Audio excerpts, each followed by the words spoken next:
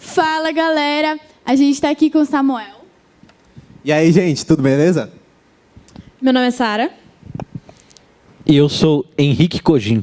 Prazer estar aqui com vocês. Obrigado pelo convite, gente. O prazer é nosso de estar aqui com vocês. Hoje, o tema do nosso Talk Team vai ser namoro. E a gente vai focar se pode ou não pode. Vamos descobrir. Beleza. Eu vou começar abordando o tema com você, Cogin. Sobre a sua opinião, você que já tem uma experiência, sem ofensas. Não, tudo bem. O que você acha, uma ideia geral sobre o que é namoro, uma ideia mais cristã do assunto? Tá, eu acho que, para começar, a gente tem que pensar assim, o namoro é algo muito recente, né, na história humana. A gente pega a história dos meus avós, talvez os bisavós de você, ou avós também, que eles nem namoravam, né? Tinha ali o noivado e o casamento. E quando a gente retrocede mais ainda, é direto noivado e muitas vezes nem os noivos se escolhiam, era um acerto entre famílias, né? E com o passar do tempo isso foi se desenvolvendo e nasceu o namoro. Então, a gente pode falar muito sobre namoro, mas a gente não pode falar a Bíblia diz isso sobre o namoro, porque ela vai trazer princípios que vão nos orientar, né? Princípios bem claros, inclusive, tá? Não vale esse argumento assim, tipo, a Bíblia não fala nada sobre namoro, então eu vou fazer o que eu quero. Não, calma aí, não é isso que eu quis dizer. Mas namorar é bom se a gente souber namorar. Legal. E, Sara, você, com a sua vasta experiência de uma garota de 13 anos aqui representando os Next, você acha que tem idade certa para namorar? Assim, namoro, por exemplo, eu sou uma pessoa muito carente. E todo adolescente tem essa fase, né? Carência e atenção e coisa do tipo. O namoro, ele precisa de uma certa maturidade. Então, dependendo da pessoa, ela desenvolve a maturidade aos 13 ou aos 15. Dependendo, varia, né, de cada adolescente. Então, não tem exata idade, mas dependendo da maturidade da pessoa. Beleza.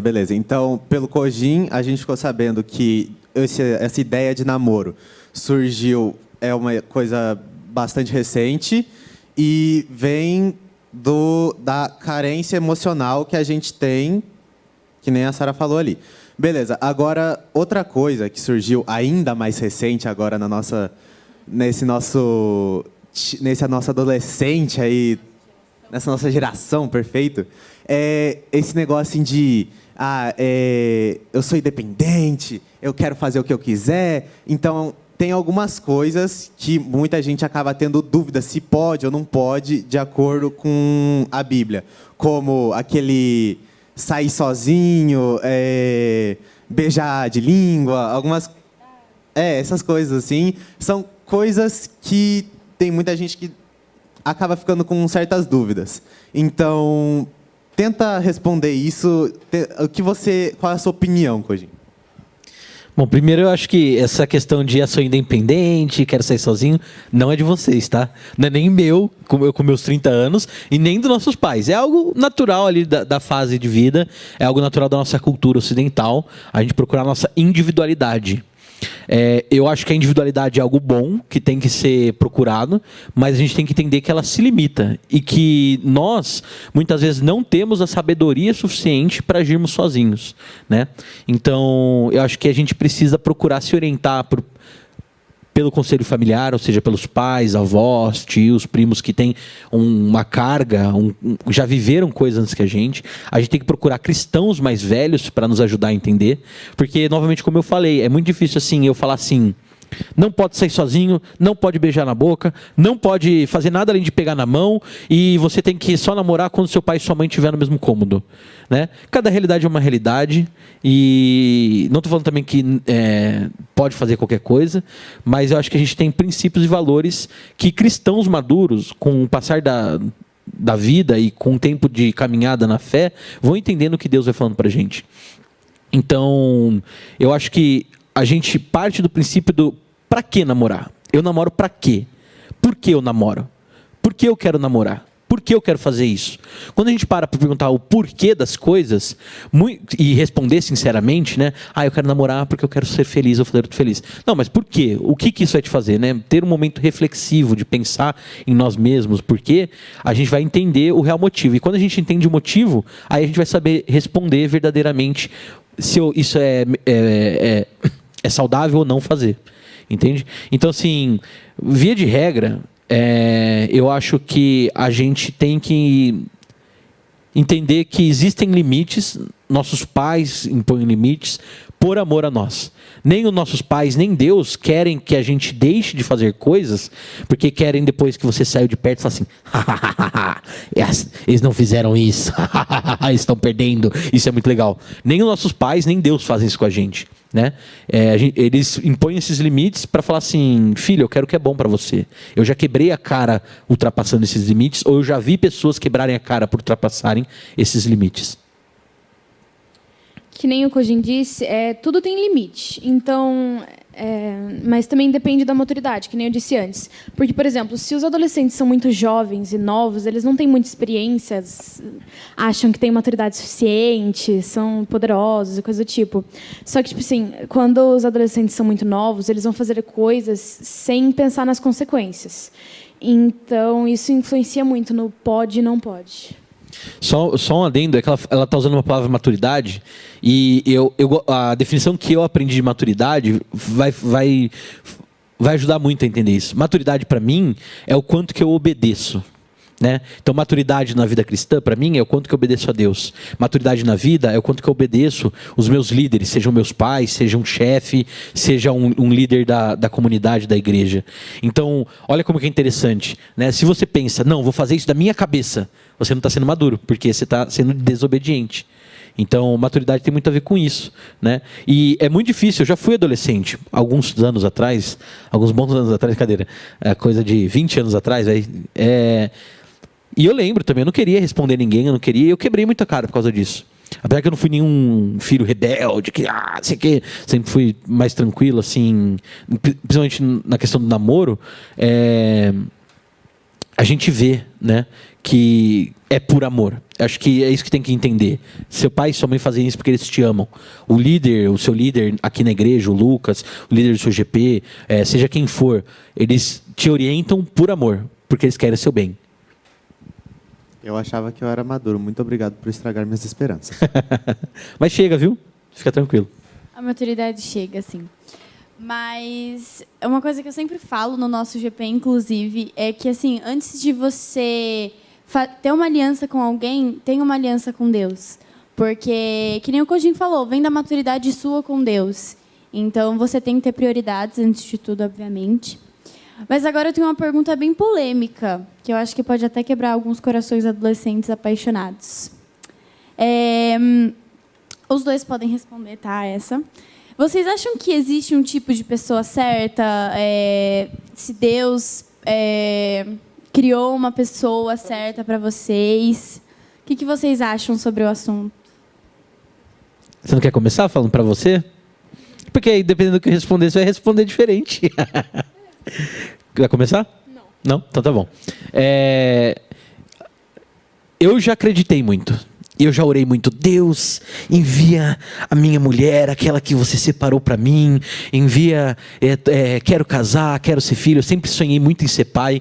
Graças a Deus eu tive essa benção há um mês. Né? Sou papai faz um mês.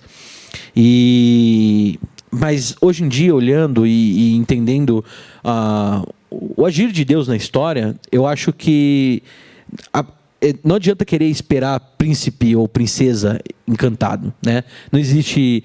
Você faz a pessoa certa. Não no sentido assim, vou pegar aquela pessoa ali que ela não tem nada a ver com os meus princípios e valores, que minha família não apoia, que não tem nada a ver com o que eu sonho para minha vida e vou transformar ela. Não é esse tipo de fazer a pessoa certa. Mas é que o relacionamento, a aliança, o comprometimento é o que a gente entende por amor. Né? Então, eu escolho amar alguém, eu escolho dia após dia amar a minha esposa E por isso ela se torna a pessoa certa, né? Porque é um comprometimento. A aliança no dedo aqui, esse sinal, é um símbolo da aliança que eu assumo com ela, de que eu vou amá-la, respeitá-la e escolhê-la. E isso nasce no namoro.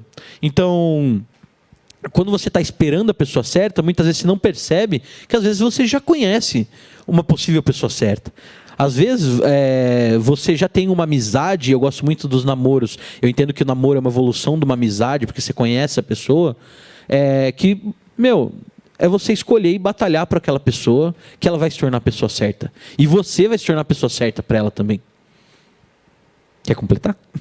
Assim, não tem muito mais o que falar, porque você já falou tudo. Mas, assim, é questão de mudar a pessoa. A pessoa tem a sua personalidade, que varia de acordo com o momento, mas minha mãe sempre me disse, você nunca vai poder mudar o que a pessoa é, porque uma coisa é ela ser e uma coisa é ela estar. E aí, tipo assim, não tem como você, ai, nossa, que nem você disse, ai, nossa, ele é um cara do mal e eu vou transformar ele num cara bom. Pode, talvez, por exemplo, converter a pessoa, mas não tem nada a ver com o que ela é, de verdade. Sim, sim. E sobre aquilo que o Kojin falou, sobre você ser a pessoa certa, você se tornar a pessoa certa, é você também preparar o seu jardim, né? Preparar você para receber a pessoa certa, porque em algum momento ela vai se tornar a pessoa certa, entendeu? Então, acho que concordo super com o que o Kojin falou. E vamos para a próxima pergunta? Bora.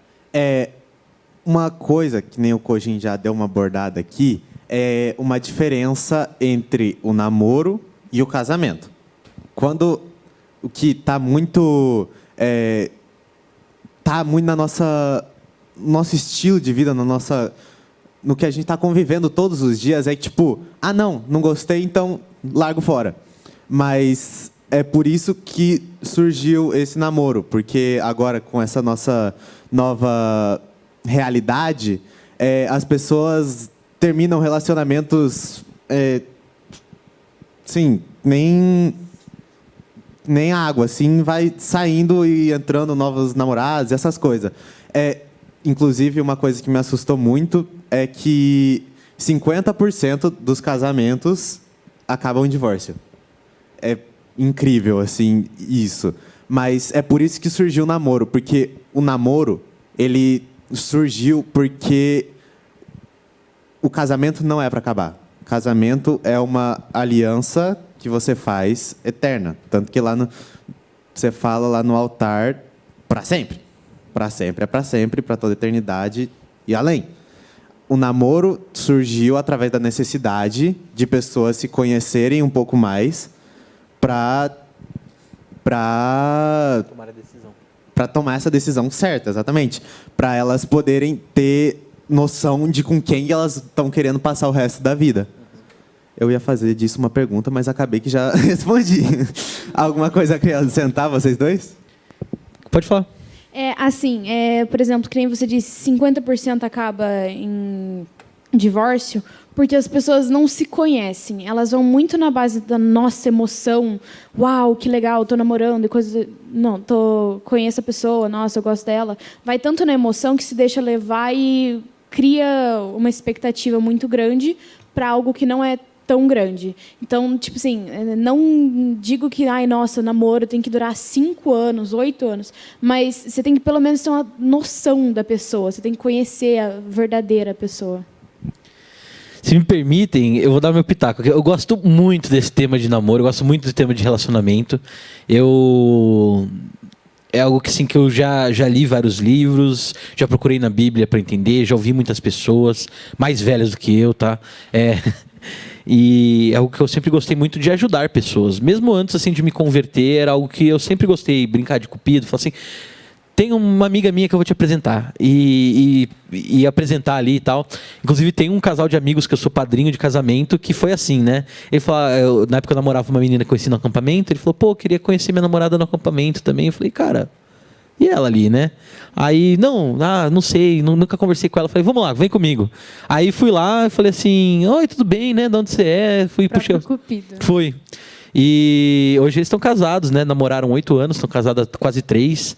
E graças a Deus por isso. E é um casal de amigos muito queridos, os dois são muito queridos. Mas, dando meu pitaco aqui sobre namoro, sobre ficar e casamento, eu entendo que a gente vive numa cultura que a todo momento nos faz pensar em eu preciso ser feliz, eu preciso pensar em mim primeiro, eu preciso ter prazer nas coisas. E é por isso que foi se desenvolvendo isso, é por isso que muitas vezes chegam ao divórcio. Porque o Ricardo Agreste fala, e já falou muitas vezes aqui, e no livro dele sobre casamento, que a gente se casa não para ser feliz, mas para fazer o outro feliz. Da mesma forma, o namoro, a gente namora para conhecer a pessoa, mas para conhecer a pessoa olhando para o casamento. E se a gente olha para o casamento do nosso namoro, a gente pensa, eu estou fazendo a pessoa feliz? A pessoa a Marina, quando me namorava, está se tornando uma mulher melhor? Eu estou me tornando um homem melhor enquanto namoro com ela? Por quê? Porque o namoro, apesar de ser para a gente se conhecer, justamente, ter essa transitoriedade, essa opção de acabar, ele não pode ser simplesmente assim, vou namorar porque se não der certo é só namoro. Senão vira uma ficada. E qual que é o problema disso? O problema é que a gente passa a usar a outra pessoa para se sentir bem, para ser feliz. E esse relacionamento não existe para isso. Na realidade, a gente não deveria se relacionar com ninguém pensando assim, o que essa pessoa pode me oferecer? Né? Jesus não veio para cá para falar assim, vou tirar dos discípulos ou das pessoas o que eles têm de melhor para mim. Pelo contrário, Jesus sempre foi preocupado em entregar o que ele tinha de melhor para as pessoas. Seja uma cura através de um milagre, seja uma palavra de amor, uma palavra de exortação e até mesmo a própria vida dele. Então, pensando em sabedoria bíblica, apesar de não falar de namoro explicitamente, a gente vê que ela é muito rica, a sabedoria bíblica, para nos ensinar como nos relacionar com outras pessoas. Quer um amigo, um colega de classe, quer uma namorada, meu pai e minha mãe. Então, se a gente parar e cortar essa ideia da cultural que a gente tem, eu preciso ser feliz, eu preciso ter prazer, e ver que a Bíblia nos chama a carregar a nossa cruz, que nesse sentido é o quê? Eu preciso pensar em como eu faço o outro feliz. O que eu posso oferecer de bom para outra pessoa? Você vai ter relacionamentos melhores com seus amigos, ter relacionamentos melhores com seus pais e se relacionar de uma maneira melhor com seu namorado, ou namorada, ou pretendente, enfim. Essa coisa da gente se sentir pressionado, acho que é muito comum hoje na nossa geração. Assim, eu falo como adolescente porque eu já vivi isso de não, porque você tem que fazer isso, você tem que beijar, você tem que namorar. Como assim você tem 15 anos e nunca beijou? Como assim? Que absurdo é esse? Então, é uma maturidade que a gente tem que ter, né? Que nem o que a gente estava falando, em Deus, né? Assim, da gente ter essa mente. E ontem no GP a gente até comentou sobre namoro, né? Que essa série toda vai ser sobre namoro, sobre o que a Bíblia fala sobre namoro. E ela não fala explicitamente a palavra namoro, porque não tinha naquela época o namoro, mas toda vez que falam de amor na Bíblia, remetem a Deus. Como se Deus fosse o noivo, o povo fosse a noiva, e a noiva abandonou o noivo no altar. Então a gente se rebelou, se virou contra Deus, mas o noivo foi lá por sacrifício e foi atrás assim da noiva. Então é muito importante, é muito legal a gente pensar nisso. Até na pregação passada o André falou sobre isso, sobre o amor sacrificial. E é difícil, não é fácil. Por isso que a gente tem que ter a maturidade. A gente volta na questão da idade certa. Idade certa talvez não exista, mas você precisa da maturidade. Você usou o gatilho aí das passagens bíblicas. Eu vou citar uma aqui que a gente separou. Ele dará à luz a um filho e você deverá dar-lhe o nome de Jesus, porque ele salvará o povo dos seus pecados. Tudo isso aconteceu para que se cumprisse que o Senhor dissera pela profecia. A virgem ficará grávida e dará à luz a um filho, e lhe chamará Emanuel, o que significa Deus conosco. Ao acordar, José fez que o anjo do Senhor lhe tinha ordenado e recebeu Maria como sua esposa, mas não teve relações com ela, porque enquanto ela não deu à luz um filho. Peraí. E ele lhe pôs o nome de Jesus. Mateus 1, 21 a 25.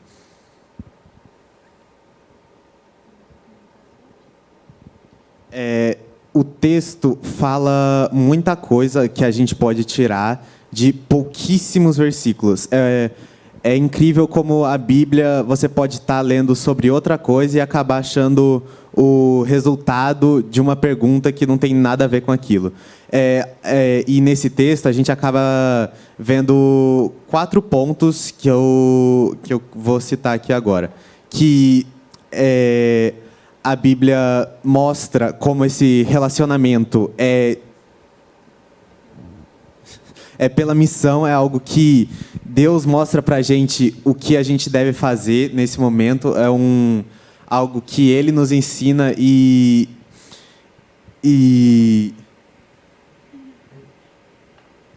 é uma maneira dele nos mostrar o compromisso. Relacionamento tem muito a ver com essa questão do compromisso, e um outro ponto que tem esse compromisso é a nossa fé em Deus.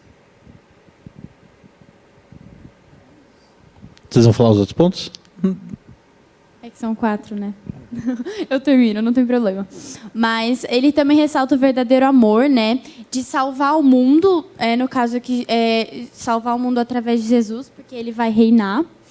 E por Jesus, porque Deus é o pai da história. Então, o versículo fala sobre isso, sobre essa relação desse amor de José e Maria. E é isso. Posso fazer um comentário? Por favor. Desculpa, gente. Esse texto é interessante porque, para e pensa, José tem uma visão de que a noiva dele estaria grávida. Se ele pensasse assim, vou ser feliz. Esse relacionamento tem que ser prazeroso para mim. Ele está se casando com uma mulher que está grávida do espírito, né? Isso naquela época, assim, na nossa época ainda mas assim, ele está se relacionando com uma mulher que ele mal conhece, se é que se conhece, né? E está se negando a ponto de casar com ela e permanecer com ela por amor a Deus. E né, naquela época, uma mulher que fosse pega em adultério, uma mulher que tivesse relacionamentos antes do casamento, ela e o homem poderiam morrer, né? Ela deveria morrer. E ele está se negando a ponto de, assim, ele poderia falar, esse filho não é meu, né? Não tive relacionamentos com ela, e ela é adúltera. Mas ele crê em Deus e escolhe fazer o outro feliz, em vez de procurar ser feliz. Então, assim, tem muitas aplicações na Bíblia que a gente vê sobre comprometimento. Acho que essa palavra é boa, porque o comprometimento vem da maturidade, que vem da obediência. E é a questão da aliança. O namoro, ele não tem o peso do casamento, e nem deve ter. A gente falar que você tem que namorar pensando no casamento, você não quer dizer que você é obrigado a casar com quem você namorou. Mas a gente não pode perder de vista que a gente vai namorar para alguma coisa, para casar. Senão, vou só namorar para oficializar o meu beijo, né? Em vez de ficar ficando. E a gente tem que entender que o relacionamento é para servir o outro, igual José serviu Maria e a Deus. José foi bênção, né, para o mundo. Como? Ele se casou com a mulher que estava grávida do Espírito. Ele poderia não ter se casado, ele podia ter deixado ela. Inclusive, antes desse texto, o texto fala, né, que ele estava pensando em deixar ela, e ele decide, o anjo aparece e ele decide que não. Então, no nosso relacionamento, a gente tem que pensar sempre no outro também. Né? Então, amar ao próximo como a si mesmo. Eu me amo, isso é muito fácil, normalmente, né? Tem pessoas que têm dificuldade, mas isso é muito fácil. E amar ao outro como eu me amo. Assim, um ponto aqui. O adolescente, ele é muito pressionado pela sociedade. Tipo, ai, nossa, você tem que ter relações, você não perdeu o bebê, ai, nossa, você é estranho. Mas você tem que pensar, que nem você disse, no comprometimento. Você está naquela pessoa para você se satisfazer e se enturmar. Ai, nossa, meus amigos têm namorados, eu vou ficar com essa garota porque eu quero ter namorado também, não quero ser excluído. Ou porque eu gosto realmente e eu quero fazê-la feliz. Essa é uma questão que você tem que fazer antes de namorar. Sim, muito bom. E para a gente finalizar, voltando nesse ponto que a Sara falou, de fazer Jesus o seu crush. Porque ele preenche as suas expectativas, ele te dá uma identidade. Você não precisa de ninguém para fazer isso. Então, acho que é isso, né?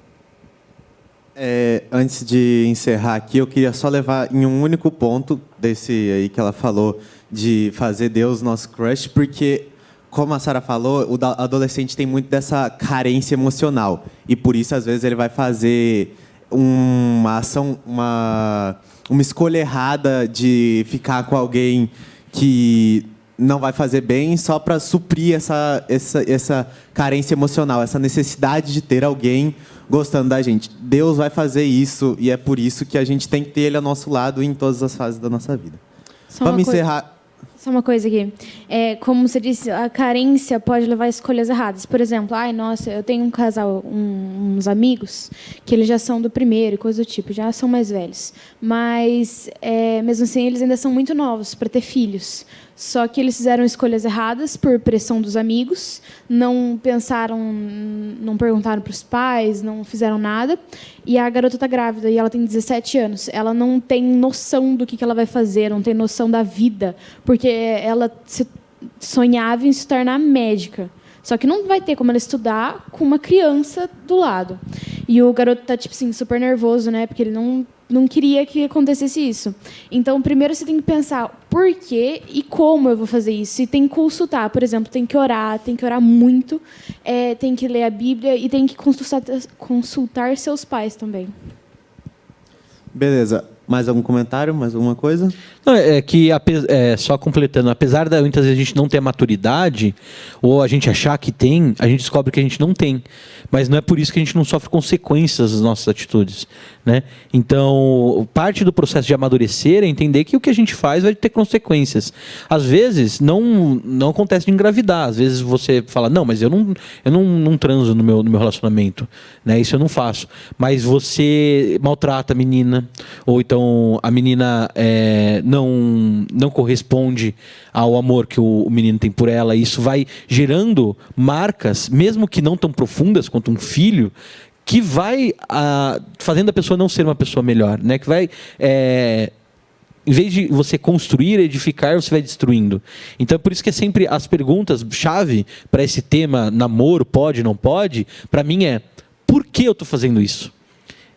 Esse relacionamento está me transformando numa pessoa melhor? Eu estou ajudando a pessoa com quem eu me relaciono, ou quem eu quero me relacionar, a ser uma pessoa melhor? Porque isso vai nortear muito, vai ser muito mais, vai ser uma reflexão muito boa que vai nos ajudar a tomar decisões muito mais assertivas, muito mais corretas nas decisões que eu quero fazer. Eu vou sair, eu não vou sair, eu vou namorar, não vou namorar, eu vou beijar de língua, eu não vou beijar de língua, eu vou ouvir meu pai, eu não vou ouvir meu pai. Então, quando a gente para e pergunta assim, por que isso? Acho que ajuda muito e fica de dica para vocês. Beleza, muito obrigado. A gente vai encerrar o nosso bate-papo aqui com uma oração. Quer orar? Fechou então. Senhor Deus, eu quero lhe agradecer por esse momento de adoração que nós tivemos, de bate-papo, que foi super legal, respondemos dúvidas. Eu quero colocar na sua mão todos os pedidos das pessoas que estão nos assistindo agora. O Senhor sabe de cada um e que o Senhor toque no íntimo de cada um o que foi necessário nesse bate-papo para cada um, o que cada um precisa ser ajustado, Senhor. Eu quero lhe pedir que o Senhor continue nos abençoando como vem sempre feito. Em teu nome que eu lhe peço e agradeço. Amém. Amém. Até a próxima, gente. Tchau. Falou. Fala, gente.